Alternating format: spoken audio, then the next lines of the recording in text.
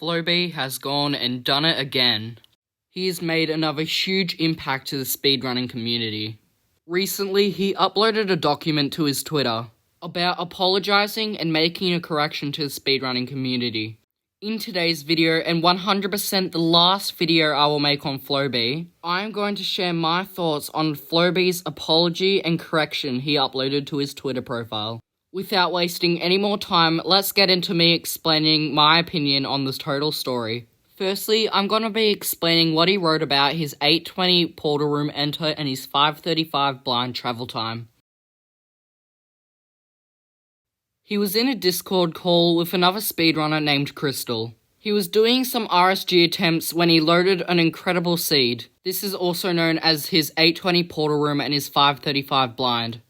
As he played this seed, Crystal went off to go get some food. FlowBee ended up failing the run, and as Crystal came back, she asked what happened to the run. FlowBee made up that he failed the run due to a lack of pearls. The reason he did this is because he didn't want Crystal to think any less of him. And shortly after, they stopped calling, and then FlowBee realized what he had said. Now he had to fake the world record blind travel time and an 8:20 portal room enter. He continued to run the seed for a few hours until he had a viable run that he could upload to YouTube. He proceeded to upload it to YouTube, and that's where all the accusations happened.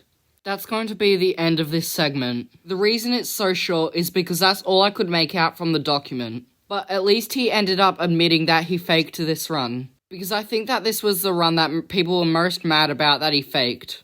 So with him clearing this up, hopefully people can start respecting him more again. Next, I'm going to move on to his 11:30 speedrun.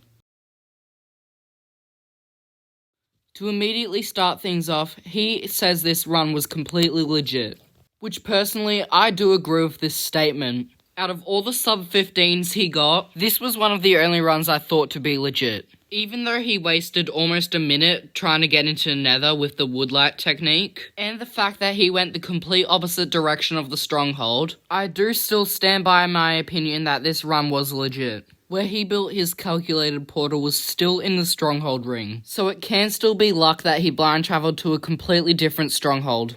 He went on to say that the reason he waited almost a minute for his portal to light was that he wasn't playing for insanely fast times, he was just going for sub-15s for practice. So it didn't really even matter if he got a sub-5 entry. He just entered to complete the run hoping for another sub-15. This is the one reason why I think that this run was legit, and that it was just pure luck that he managed to get an insane nether and also an insane blind travel. This is going to be the end of this second segment, and now I'm going to move on to the final segment, which is why I think his second sub-12 or his 11:58 run was also legit. Like his other sub-12 run, this was also a very suspicious run, but I do agree with FlowBee and think this is a legit run. Now you might be thinking this is getting annoying now. It makes it sound like I'm agreeing with all of his runs and thinking that they're all legit, but these two are the only runs that I do think are legit. Even though they're probably the most suspicious runs, I do think these are definitely legit and real runs. Even though they're 100% the most suspicious runs, these are the only runs that don't have different layouts when you load it up in a world for yourself.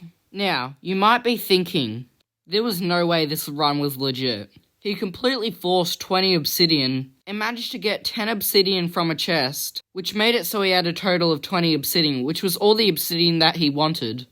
This is why most people think this run is fake. This is just crazy luck. And if you go into the seed yourself, you'll see that there is the 10 obsidian in that chest. This is where you're probably thinking that it's probably a set seed. But personally, I do believe that this was a random seed and that this run was legit. Plus, why would he fake his super insanely fast time if it's not his PB? That's gonna be the end to this final segment of this video. And just remember that everything said in this video is all my opinion and hasn't been confirmed or denied to be fake.